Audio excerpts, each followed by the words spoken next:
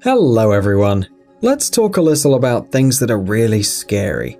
Not about ghosts and other paranormal beings, but about the condition that every person can face. A coma, an absence of reactions, loss of consciousness, in which you seem to freeze between our world and the other side. Having fallen into a coma, some people have been in the state for many years, and doctors still can't make any forecasts. But among the many sad stories, there are those that can be called a real miracle, so we'll talk about them today.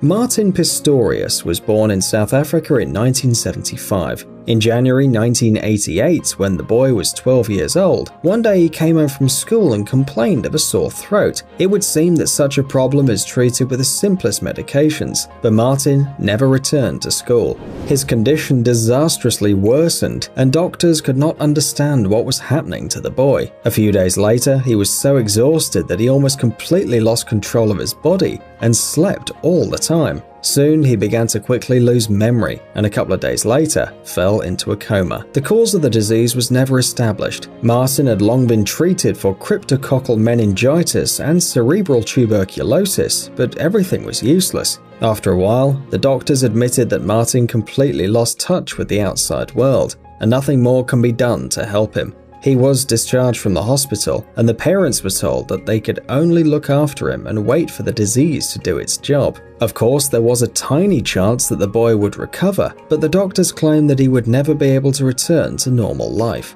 In a state of coma, people rarely live long, but Martin, contrary to all predictions, kept hanging on to his life. However, was this existence a real life? He spent more than 10 years at home. Everyone thought that he'd lost all contact with the outside world, but Martin claims that he regained consciousness a couple of years after he fell ill.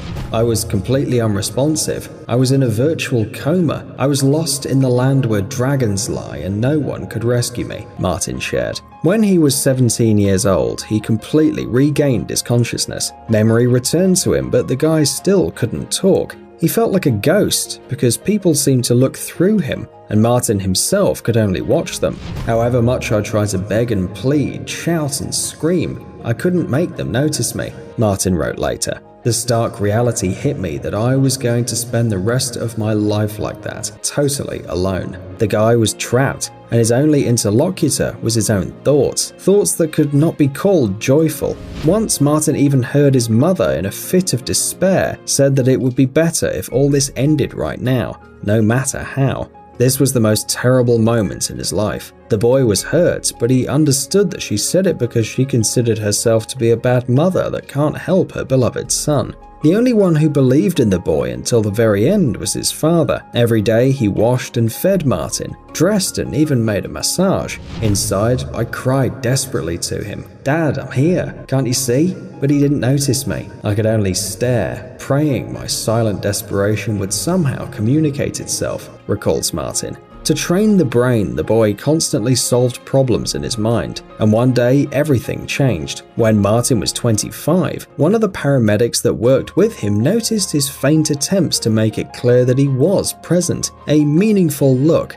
a barely perceptible smile, a nod. Martin was urgently sent to a special center for alternative communication at the University of Pretoria, where he passed various tests and proved to be conscious. Learning about the improvement of the son's health, the mother quit her job and for the next 2 years helped Martin to develop a special computer program with which Martin can now communicate. He chooses words and the laptop speaks for him. "Hello, I would like to introduce myself. My name is Martin Pistorius." Having received the opportunity to communicate, the guy was able to finish college and even got a job as a designer in a web company. Long and heavy rehabilitation did its job. A facial expression returned to Martin, the movements of the upper body. In 2008, he met his sister's friend Joanna. A year later, they got married and lived happily together in the UK. "I'm happy with who I am," says Martin. "Life can change so quickly. It is important to appreciate what you have at the moment." In 2011, Martin Pistorius' book Ghost Boy was published, in which he told his story and shared all the experiences that he'd had while he was locked inside his own body. Martin calls on everyone to treat each other with kindness, respect and sympathy. Never underestimate the power of reason, the importance of love and faith. and don't ever stop dreaming. But no matter how marvelous the story of Martin seems, it's not the only one. In 2007, a Polish guy named Jan Grzebski came to his senses after spending 19 years in a coma. Yes, friends, for 19 years. In the 80s, Jan, who was at that time 46 years old, worked as a trackman on the railway. But during the work, he was seriously injured by a fastening of the car and was urgently sent to the hospital. Doctors told the relatives the sad news. In addition to the injuries received, Jan suffered from a brain tumor and soon fell into a coma. The prospects were disappointing. Grzebski could not last more than 3 years. But Jan's wife, Gertruda, was not about to give up. Every day, she not only did all the necessary procedures for her husband, but also constantly talked to him, sharing the latest news. It would seem like quite a meaningless occupation, but Gertruda saw Jan react to her words. She just thought everyone else didn't see it. The man's fingers trembled and his eyes moved under his eyelids, but the doctors asserted that these involuntary convulsive movements meant nothing. But as Jan grew older, the size of the tumor decreased, allowing him to gradually regain consciousness. In the end, everything ended in a completely unexpected way. Mr. Grzebski came to himself on April 12, 2007. Doctors couldn't say anything. Turned out that Gertruda was right all this time. At the time when Grzebski fell into a coma, he had 4 children. Back then, Poland, or rather the then Polish People's Republic, was in a deep economic crisis. The workers constantly organized mass strikes, and in general, life was not easy.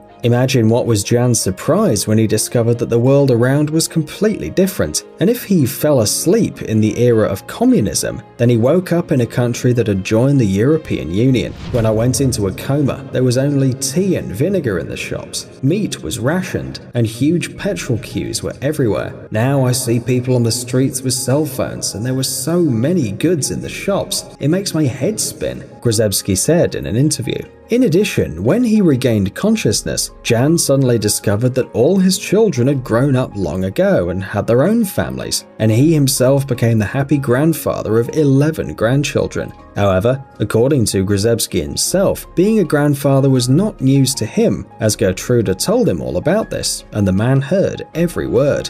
Another similar case occurred to a guy named Juan Torres. In 2013, when Juan was only 19, his parents discovered that he was unconscious on the floor of his own bedroom. The boy didn't speak, he couldn't eat or move independently. Doctors told relatives that the young man is in a vegetative state, and it was possible he could stay like this for the rest of his life. It was completely unclear why Juan suddenly disconnected from the world. The night before, nothing strange had happened to him, and he didn't feel unwell. According to the parents, he just came home from work, ate a salad and went to bed. But something happened that night, and in the morning, the mother found Juan unconscious. It's been 2 whole years before some changes had taken place in his condition. One day on Thanksgiving Day, family members took the young man to the backyard to have some fresh air. Juan's favorite dogs were playing around, and suddenly his father made a strange decision. He put a dog's whistle on his son's lips, and suddenly Juan whistled. It was obvious this wasn't a simple reflex, and it soon became clear that the guy began to recover. Soon after the unexpected experiment,